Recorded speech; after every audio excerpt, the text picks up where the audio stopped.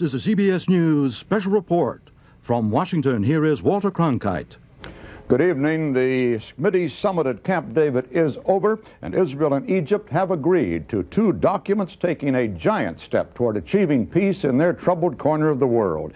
Israel has agreed to end its military government on the west bank of the Jordan River and to permit Palestinian self-rule there within 5 years, and to withdraw from the Sinai and to establish normal relations with Egypt. That historic moment in 1978 inspired a Virginia fourth-grade teacher. He decided to teach his students about global conflict. John Hunter created the World Peace Game. It's a hands-on exercise. Kids are given the chance to resolve disputes.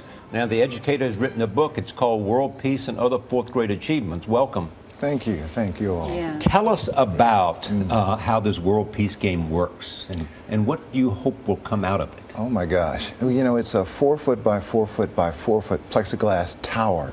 It towers over my 9-year-olds, and they're charged with solving 50 of the world's most difficult problems that are interlocked, and they have to do it without combat if possible. These 9-year-olds read Sun Tzu's The Art of War to get a primer for that sort of experience, and hopefully they're trying to develop critical and creative thinking skills that can really make a difference for all of us in the future. Wow. And why do you choose that book, The Art of War? You have a whole theory behind why you want them to read that book. Well, you know, I do now, but actually I didn't choose it. One of the 9-year-olds came in with a book and said, you know, my mother is a businesswoman. She reads this every night. Mr. Hunter, I think we should use it in the game. So we discussed it, and they decided we should have this in the game. So we read a little bit every game session we start.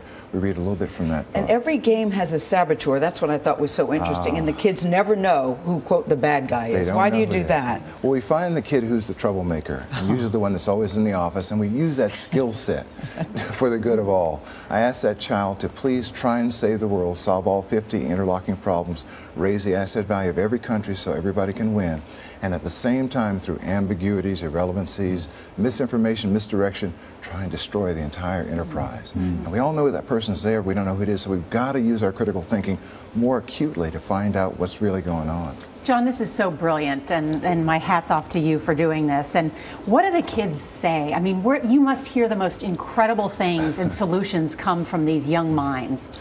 I do, and you know, the thing that really strikes me is every game session, they always want to make sure everyone's okay. They want compassion. They want to decrease suffering.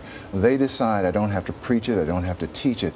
It evolves through the structure of the simulation and their natural inclination to help each other. And perhaps that's one lesson that adults can learn. Are there other lessons that adults can learn from what the kids do and experience and say?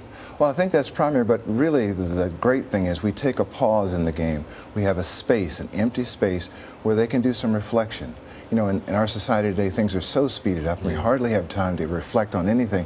So we build reflection in, allow them to find out what it may be within themselves first, and then apply it and share it with others. And you have actually taken the kids to the Pentagon, where they've gotten to meet Leon Panetta, they've met generals. What is the interaction between the two sides? What do they tell you there? That is the most amazing. You can imagine how I must feel. So we're invited there, 75 people in the Pentagon, policy side, military side, all work together to make this day happen for the students. And it was just thrilling. You know, heartstrings were tugged, children were excited. They had policy questions. They were treated as peer-to-peer in relationships, discussing policy, not a photo op. We want to really know what these 9-year-olds think and how they actually achieve peace. So it was a beautiful experience, amazing experience. I bet they liked it at the Pentagon as well. They seemed thrilled. Martin Dempsey, the head of the Joint Chiefs of Staff, came out and gave them a special honor, and Mr. Panetta spent extra time with him, took off his coat in his office and showed him around. He really got down. And what do the parents tell you that their kids got out of this? You know, the parents say my children want to clean up their room, they want to take care of their pets, they seem to be a little nicer to their siblings. Like that. And they're a little bit more critical about issues that concern us all.